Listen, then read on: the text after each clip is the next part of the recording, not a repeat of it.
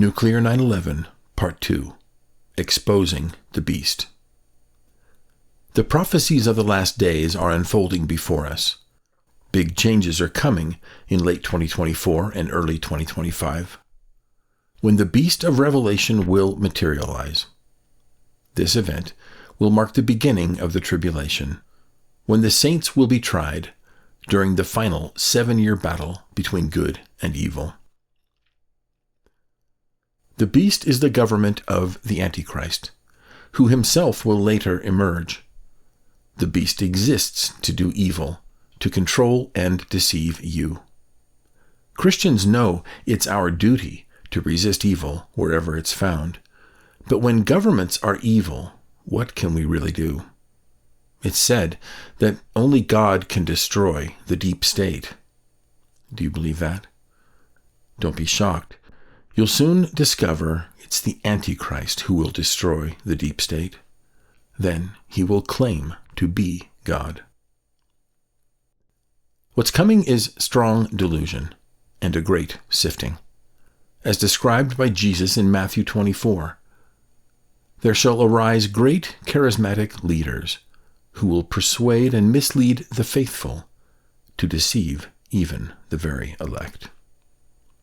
I will guess that so far you were not fooled by atheism or socialism or the gay trans thing. Does that make you the elect? Well then, the beast is coming for you with another wave of strong delusion. But God is merciful. He does not want us to fail. So he's given us prophecies thousands of years ago that expose the beast, so you can know what's coming and not be deceived. The 4 horsemen, Ezra's eagle, in the book of Revelation, God's word punctuated by signs in the heavens. They tell us what's coming next in 2024, the election season, when 3 key events will transpire. 1. Biden goes missing. 2. The election falls apart. And 3. A coup by these 3 eagleheads. That's when the beast takes over. If you still doubt, let me introduce you to Pastor Dana Coverstone. In the fall of 2020, he was shown a vision, a dream, another view of the same trigger events seen by the prophet Ezra, in his own words. This one got my attention, especially since we're so close to the election.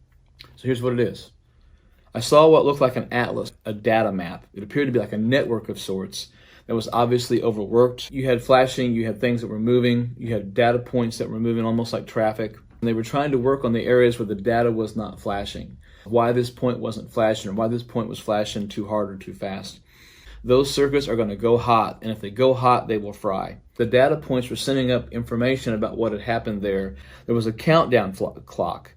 But when the flashes reached Philadelphia, and this was specifically the city that I saw where all this was happening, was Philadelphia, the network line that was red, it looked like a fire hose that was pulsating. When it got underneath the Liberty Bell, it blew up, and the Liberty Bell went flying straight up in the air and split in half. And then the Liberty Bell began to melt. And then I saw that the lines of data were all headed towards Washington, D.C. from there. Because all the connections went to the Capitol building. That's exactly where it was going, to the Capitol building. It finally blew up, and the building literally cracked in half. So I'd seen the Liberty Bell crack in half, and now I saw the Capitol building crack in half. And it issues this huge smoke cloud. And as the smoke goes into the air, it creates a word. And that word was discovery. Then the scene changed, and I saw a rotunda of the Capitol, and there was a closed casket in the middle of the rotunda. And the sign on the casket stated that inside was the Democratic candidate for the office of president. And there was a calendar hanging above that casket, and it said December 17th. And his wife was there, and she was looking down at the ground. Nobody was crying. Nobody was crying. And then a prominent senator stood up and demanded to see the body. And that's when the sergeant at arms rushed out, and he said, "There will be no viewing of the body today or ever again." And at this time, I saw the man I'd seen in the previous dreams. He was standing in the place where the president gives the State of the Union address. And then he stated in a very loud voice, "A house divided against itself shall not stand. And he walked to the door at the rear of the room. And on that wall, there was a panel of probably 25 or 30 light switches, just your flip switch. And one by one, he flipped them down. One by one. Until every light in Congress, in that building, in that room, went out. And that was the end of the dream. Dana Coverstone saw the 2024 election, discredited in overt election fraud, visible to everyone. But it's not intended to flip the election one way or the other. Rather, it's crafted to hang the election in an artificial stalemate. Biden will just disappear at some point. Gone, but not dead yet. This leaves Kamala Harris in limbo, while Obama wraps up his silent coup. 6 weeks later, on December 17th, Biden shows up, dead. No explanation, no evidence, maybe not even a body. Clearly a deep state operation. Then Obama devours the candidates. He overrides Congress and declares this nation shall not stand. This is how the beast will openly subdue America. The beast is the New World Order, and it belongs to the Antichrist. Obama is the front man. He is the first of these 10 horns. He will pull down the U.S. government and announce the New World Order, which is the reign of the beast over the earth. God's warning about these 10 horns is found in Revelation 17. It's on the screen. Please pause and read it, or not. I'll tell you what it says. Catastrophic events will occur, after which familiar faces will emerge to save the world.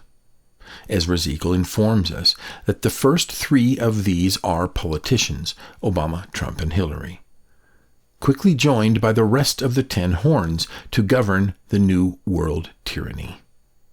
These are kings without a kingdom, not subject to nations or borders. These are powerful and influential persons, iconic billionaire globalists. People like Bill Gates, Larry Fink, maybe Klaus Schwab, each controlling their own slice of the corporate world government. No doubt you're going to hate most of these guys. They are the black hats. Every good puppet show has villains and heroes. In this one, the black hats clearly outnumber the white hats. But who's wearing a white hat? How about Donald Trump, Elon Musk, maybe RFK? These 3 agree on one thing. They hate the deep state, just like it says in Revelation 17. And they will not rest. Are they saying what you want to hear? Could they be wolves in sheep's clothing? This is not a puppet show. It's your new reality. These 10 horns, they all work for the Antichrist. Look again at Revelation 17. They got this job by agreeing to merge their followers into the beast system as they build it. Then later, they will hand their followers over to the Antichrist when he arrives.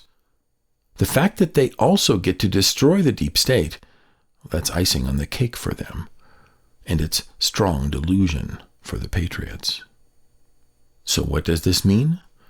Don't get your hopes up. There's no good guy secretly fighting for you. There's no underdog who needs your support. The 10 horns have one mind: to lead the world on its path to destruction, and to draw you into the fight until you're dead, or destitute, exhausted, and hopeless, ready to accept the Antichrist. So, is the destruction of the deep state the work of God, or the work of the beast? God answered that question in Revelation 17. Whomever promises to destroy the deep state, then delivers on that promise, is of the 10 horns and is working for the Antichrist. That's a dead giveaway. They will expose all the secrets and cast all the blame and burn them at the stake. Think of the Colosseum. There will be lions, there will be blood, and there will be Christians. But this time a role reversal. The Christians will be cheering in the stands as the deep state is torn to pieces by the 10 horns. The smell of vengeance, a fitting distraction as legions fall and as Rome burns. But how in the world can anyone dismantle corruption that runs so deep throughout governments and institutions? Perhaps we need authority above the Constitution. So when Trump, as one of the 3 eagle heads, seizes dictatorial power, then uses it to destroy the deep state, you may suddenly love dictatorship. No judges, no jury, just white hats, data dumps, Q drops, then mass arrests or midnight raids with rumors of tribunals at Guantanamo. Trust the plan. And pass the popcorn. This is bread and circus. But they are evil, and they deserve it. So you go along with it, gleefully, bathing in the vengeance just a bit longer. But vengeance is mine, saith the Lord. You think you're helping God, but you're really working for the New World Order. Speaking of us, God said, if you live by the sword, you'll die by the sword, disqualified of God's protection. So the job of the 10 horns is to package the lie until you believe it, to get you to compromise, take the bad with the good until you're swallowed up in the beast. To many, Trump is an idol. But these are the end times, and every idol will be smashed. Yet, under strong delusion, many will insist that this is God's work. Are the 10 horns doing this because they love you, or because they hate tyranny? Nope. They're wiping out the competition to consolidate power under the Antichrist. They're working for the Antichrist. There will be no resistance. This is the 4th horseman, the destruction of the deep state, and the devil is still in charge. Okay, so this beast, it's got horns, and they're not good. What about the 7 heads? When you Google beast with 7 heads, you get these images.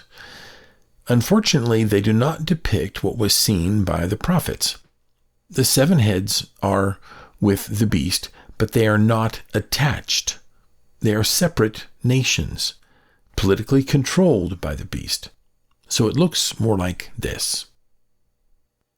The 7 heads described in prophecy are the great military or industrial nations of the earth, former empires, each with its own territory, with a president or a king or a dictator. The beast reigns over them. They're shown to Daniel in the form of a lion, an eagle, a bear, and a 4-headed leopard. That's actually 7 heads. First is the lion. That represents the United Kingdom. The lion has eagle's wings that break off to stand up on their own. Guess what? That's America, which is also the eagle seen in vision by Ezra. Next, Daniel is shown the bear, weakened on one side, with 3 ribs between its teeth. This is Putin's Russia after the collapse of the USSR. Russia is the head with the deadly wound. When the New World Order is established, the bear is commanded to devour much flesh. This means Russia will soon recover its former territories, plus many nations of Europe and elsewhere. Then Daniel is shown the leopard with 4 heads. These are the 4 powerful nations of the East. China, allied with Japan, Taiwan, and a reunified Korea. These are the 4 kings of the East, referred to in Revelation 16:12. The leopard is China, with the territories ceded to it under the New World Order. Then Daniel sees the 4th beast with 10 horns. And Ezra informs us that the fourth beast rises from within America. America itself is not the beast. America is the seat of the beast. The beast is a parasite or a cancer upon America. It will control America as it controls the other nations, but it will also systematically destroy America. At some point later, the seat of the beast will move to China. Finally, Revelation 17 verses 9 and 10 provide another data point to identify the 7 heads. It says, 5 are fallen, and 1 is, and the other is not yet come. And when he comes, he must continue a short time. At the time the beast takes over, 5 of the nations are former empires. That's Great Britain, Russia, Japan, Korea, and Taiwan, which, by the way, is the former government of mainland China. The empire that is, when the beast appears, is the United States. China will be the final empire, as it becomes the next seat of the beast, but for a short time, after America is collapsed by the Antichrist. So we got the horns and we got the heads, but how can all this be held together? The answer is by treaty, and I'll explain how that works. At the end of 2024, it will be clear that America is on its steep downward path. A financial crash, political upheaval, a false flag, decapitation of the military, and a fear of World War III. Suddenly defenseless, the U.S. will resign as the global police force, evacuating our military bases around the world. A coup will be underway, obviously a massive power grab. The deals have been done, the puppets installed. It's time to launch the New World tyranny and reorganize the globe. When the beast emerges, these 7 heads become aligned under a new global treaty. It will be painted as a nuclear peace treaty to stave off World War III, but prophetically, this is the treaty described in Daniel 9:27. Which states that from behind the scenes, the Antichrist will oversee a 7-year treaty with many, referring to the 7 heads. Then, at some point along the way, Obama, working for the Antichrist, will violate this treaty and also cause temple worship to be disrupted.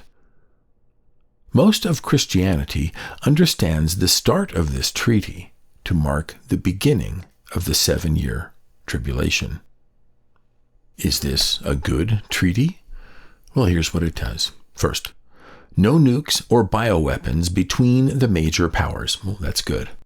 2, it creates the New World Order. Well, that's bad. 3, it cancels World War III. Well, that's good. 4, it permits conventional warfare within each region. That's bad. And 5, it removes the nuclear deterrent. That's really bad. So, is this world peace? Nope. The major powers can't attack each other, but they can propagate as much violence as they like within their territory. This is how the second horseman kicks into high gear. In the absence of a nuclear deterrent, war and state-sponsored terrorism will spread like wildfire. Regional wars, holy wars, even kinetic civil wars within nations. These wars will be propagated within each region to crush resistance to the New World tyranny. All of this to save you from the imaginary threat of World War III. Yet many will believe that the 10 horns and the New World Order has achieved world peace. It's an illusion. This is the fulfillment of 1 Thessalonians 5:3. For when they shall say, peace and safety, then sudden destruction cometh upon them, as travail upon a woman with child, and they shall not escape. In 2025, the purpose of this treaty is not to stop the killing. rather to rearrange global power, political, military, and economic power. Under this treaty, the influence of the United States will shrink, as the territory and military authority of Russia, China, and the UK will expand. The beast is trading away U.S. global influence. In exchange, the seven heads will yield economic control to the 10 horns, a group of billionaire industrialists and politicians. This is how the 10 horns in one day will seize control of the means of production and the supply chains, immune to the laws of any nation. This is socialism on a global scale, under the guise of a public-private partnership to build back better.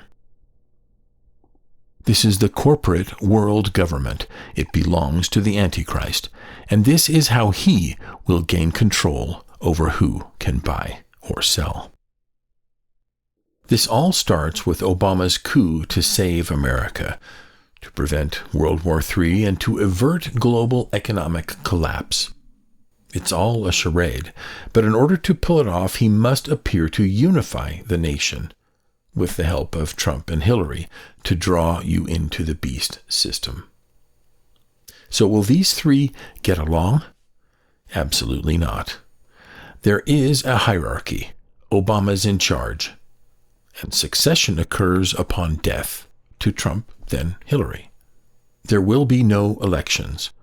Obama's purpose is to create division, so each of these three will openly run their own agenda, doing exactly what they've said they will do, even appearing to be at war with each other. This leaves you and all Americans stuck in the middle. You must choose a side, but they will all lead to the same outcome. Obama will operate the meat grinder. Trump will supply patriots for the meat grinder. Hillary will build 15-minute detention camps for everyone else. But what about the Civil War? Who's going to run that? Excellent question. Getting a civil war started is a lot of work. Even harder to keep it going. The perfect person for the job? Why, Kamala Harris, of course. Kamala isn't winning any elections, real or fake. And the 2024 election will go up in flames while Obama seizes power. Then, just before Christmas, we find out that Biden's been dead all along. Instantly, as Biden's VP, presidential succession would pass to Kamala, but Obama's in charge. Continuity of government is activated. And this is the new world order. The office of president may no longer exist. But Obama wants everything to look normal, so he will coronate Chairman Kamala as the new president, successor to Biden, sometime before January 20th. She'll be granted dictatorial rule inside the United States, at least until the nation cools down and elections can be restored. That chance. Civil war is brewing, and Kamala knows she can't win an election. So do the math. It looks like there'll be no end to the Civil War. How important is it for these protests to continue? They're not going to stop. They're not going to stop. They're not going to stop. They're not going to stop before Election Day in November, and they're not going to stop after Election Day. They're not going to let up. Kamala is in charge. Everyone can feel that a manufactured three-way civil war is coming. Left versus right versus the deep state. Obama, Trump, and Hillary are the figureheads for this three-way civil war. They will provide the rhetoric, but they won't have to directly instigate the violence. Kamala will take care of that. Here's the program. After the false flag, all eyes will still be on New York City. So that's where Kamala will launch an accelerated stream of Antifa street violence. Bombings, shootings, arson, lootings. Using the media to pin suspicion on the Christians or jihadis, and sometimes the leftists. Next stop, Chicago, to expand the program with a twist: gang violence. In New York and Chicago, police will stand down for the crime as they crack down on the citizens, enforcing curfews, lockdowns, and gun confiscations. Kamala understands how this works. Her job is to grow it and spread it. Her message to the people: whatever side you're on, it's time to take out the trash. As acting president of the United States, Kamala is one of the 7 heads. She is not one of the 10 horns. She is not busy destroying the deep state. She'll actually be quite pissed about it. The deep state getting sliced to ribbons? How is she supposed to bait Americans into a Civil War psyop without the full-time professional staff and resources of the FBI and the CIA? But the answer to Kamala's dilemma is in the scriptures. The book of Revelation, check the exact language here. It says the 10 horns will devour the whore of Babylon. It says they will make her desolate and naked, then eat her flesh before she's burned? Rather strange. What does that mean? To make the deep state naked means that there will be a flood of disclosures.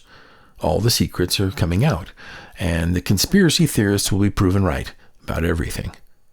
It's trickling out today, but this will become a constant deluge. To make the deep state desolate means that the black budget will dry up. Well, this is the clandestine money supply under the control of the 3-letter agencies. They'll be at risk of being dismantled. After enjoying a life of corruption, when the bad guys see their game is over, many of the worst deep staters will jump ship and switch sides. You've already seen some famous people come forward saying, "I was just obeying orders," or "I never knew," as they whip out all the evidence and documents proving the stuff they never knew about. How will this go for them? Well, the Christian conservative MAGA Trump supporters are suckers for a new government whistleblower. They see a repentant sinner, not a wolf in sheep's clothing. So we receive them as heroes. Yep, now they're one of the good guys with us, working for the New World Order, telling all the secrets, betraying the deep state. They're cleaning house right there with the 10 horns, doing God's work. Certainly, you can trust them. And real soon, some of these guys will show up in your neighborhood to start a militia, if you're dumb enough to join it. Yes, the Bible even warns us about infiltrators. No, not Ray Epps. He never did anything wrong. But his evil twin, Billy Bob Epps, coming to your town to cheerlead for your militia, to lead you straight into the landmines and into the belly of the beast. It'll be Jan 6 everywhere. Well, if you're too smart to fall for that one, don't worry, the belly of the beast is coming to you. Hillary's 15-minute indoctrination camps in every town. She calls them fun camps. Those MAGA extremists, there needs to be a formal deprogramming of the cult members. Rehabilitation for thought criminals, Trump supporters, and total deprogramming for anyone who resists the New World tyranny. But this little piece of utopia is open to everyone. Freedom is overrated. Get safety and free stuff. Eat bugs. Be happy. Get sick? Take the vax. You'll have nothing and you won't care. You're living in Soylent Green. Well, I don't know why that's funny. Hillary is one of the 10 horns. She has demons, and she runs the prison planet. With all of this mind-bending insanity, you should ask, why do they hate us so much? Not just Christians, but all humans, it seems. Daniel sheds some light on this in Nebuchadnezzar's dream. Babylon America is shown as the legs and feet of the statue with 10 toes that will trample the world. These are the same as the 10 horns of the beast.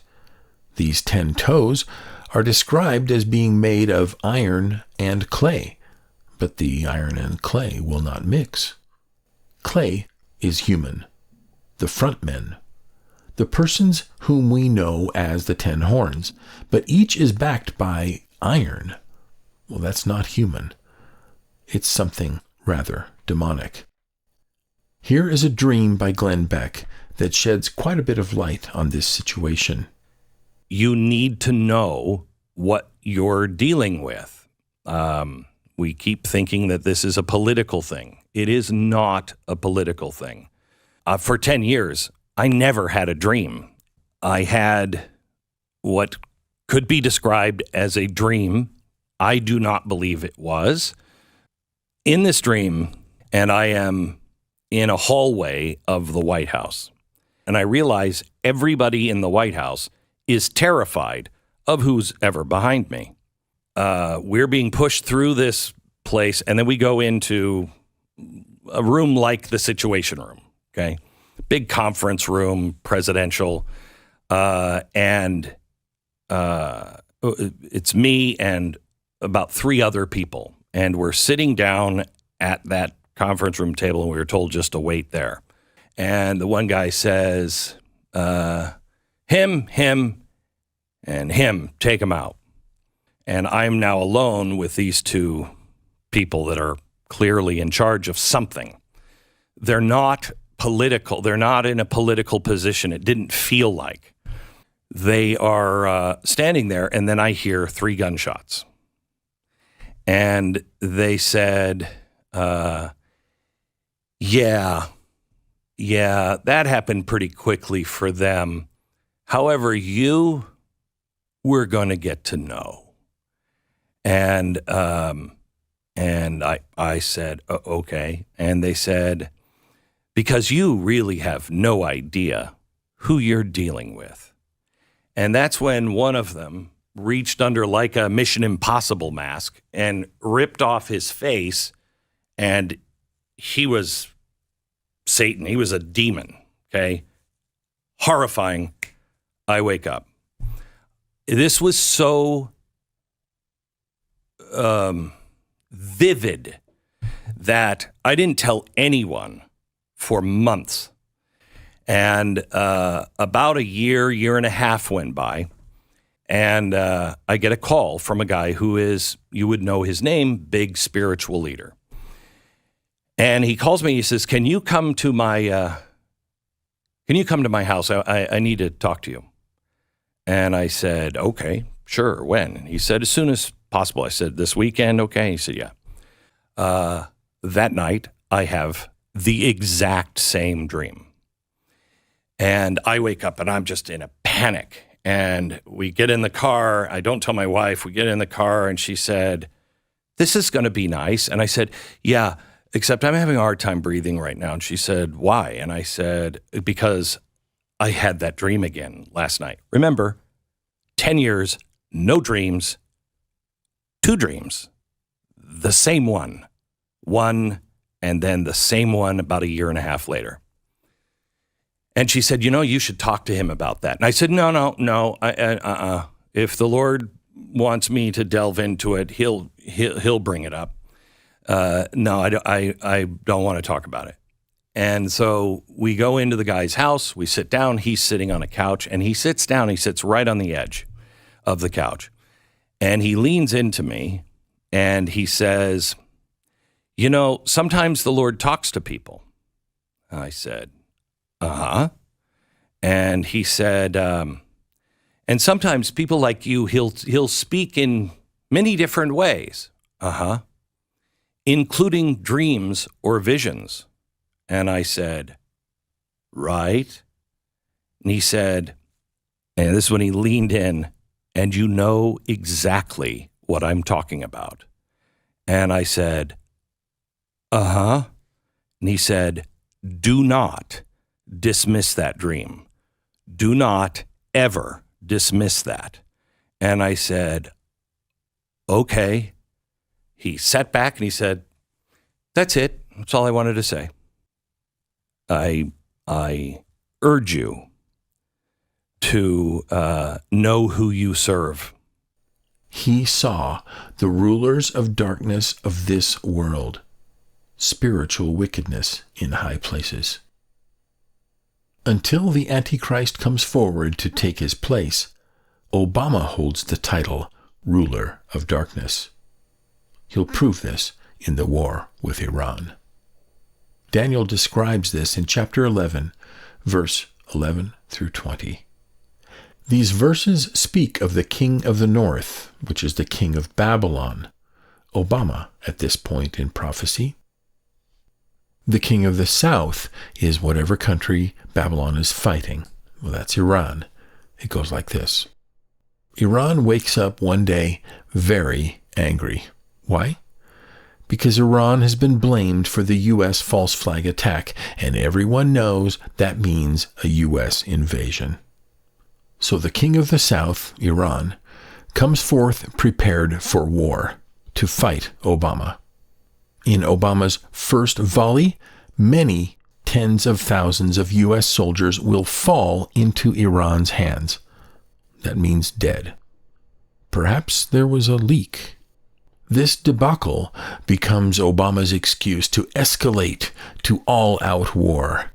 He will then send in the most upright soldiers, that means the patriots and elite fighters, followed by the full strength of his nation, great wealth and supplies.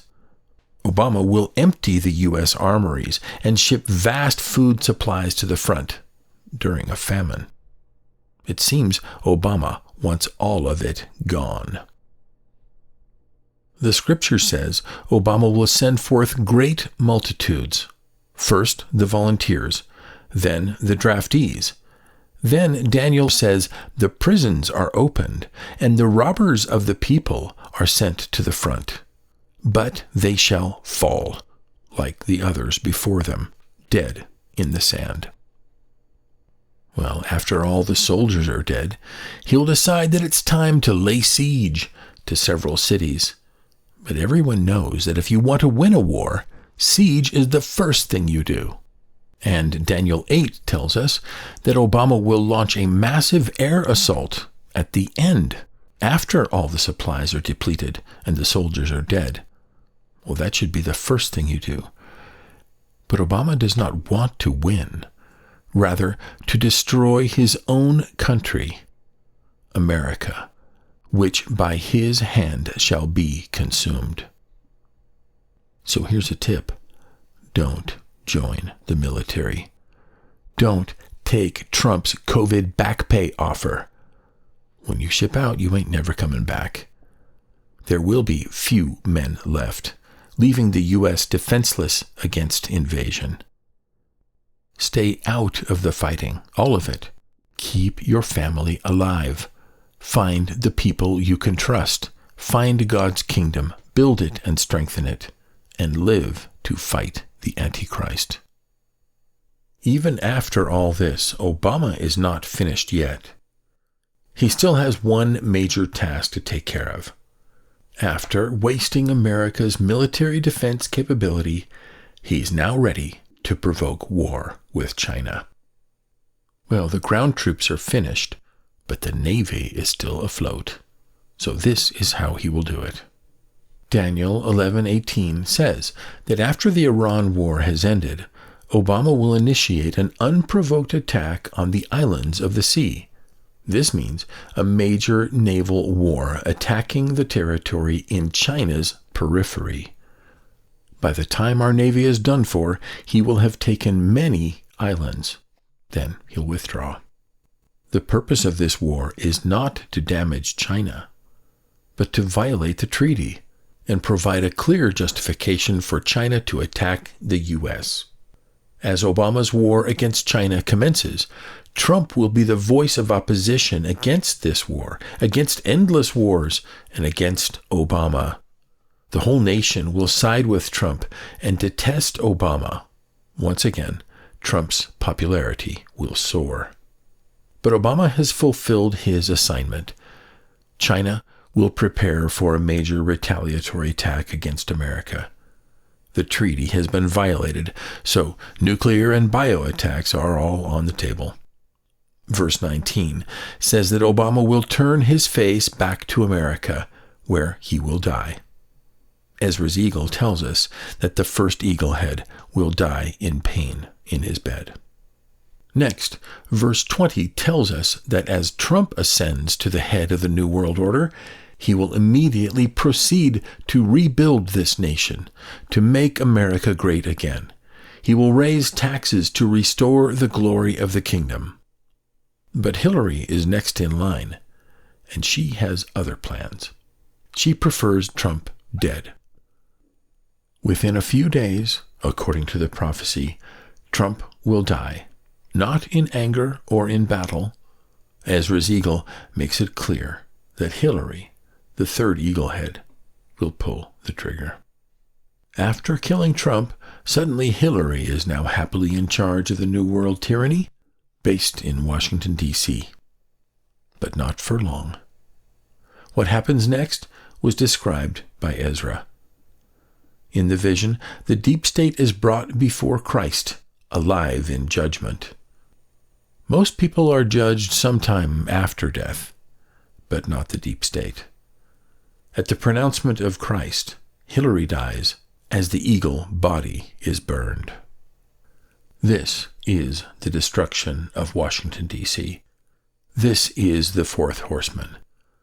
The destruction of Babylon, described in excruciating detail in Revelation 17 and 18, and in Isaiah 46 and 47, and in Jeremiah 50 and 51. Please read these chapters. This event is Barack Obama's parting gift to America, delivered posthumously. It's the Chinese bio attack on Washington, D.C. and the East Coast. It's not COVID.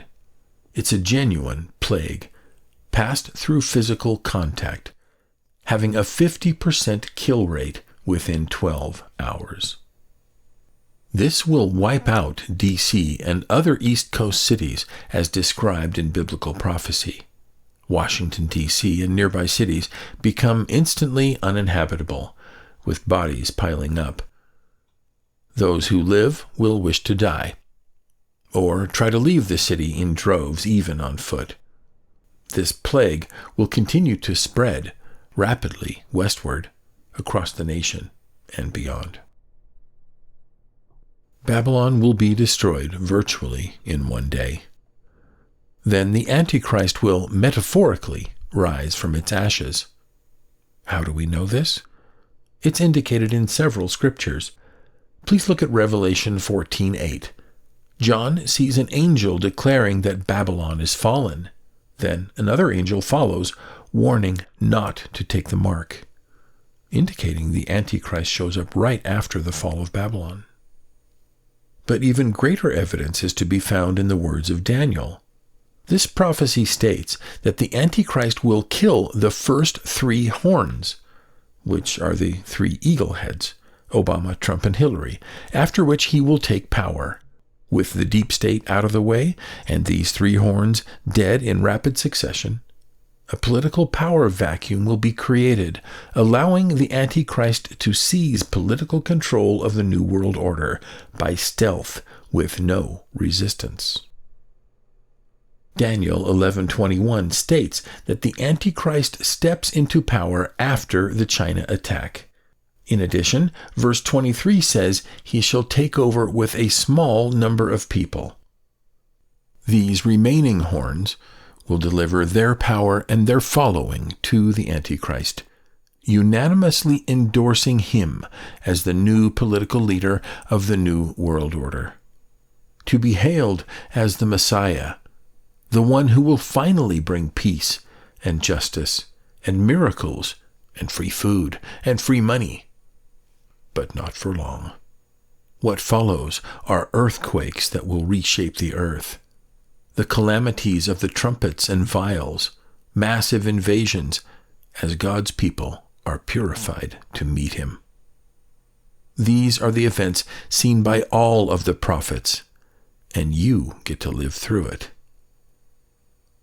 If this narrative helps you to see and prepare and survive the refiner's fire, then it's serving God's purpose.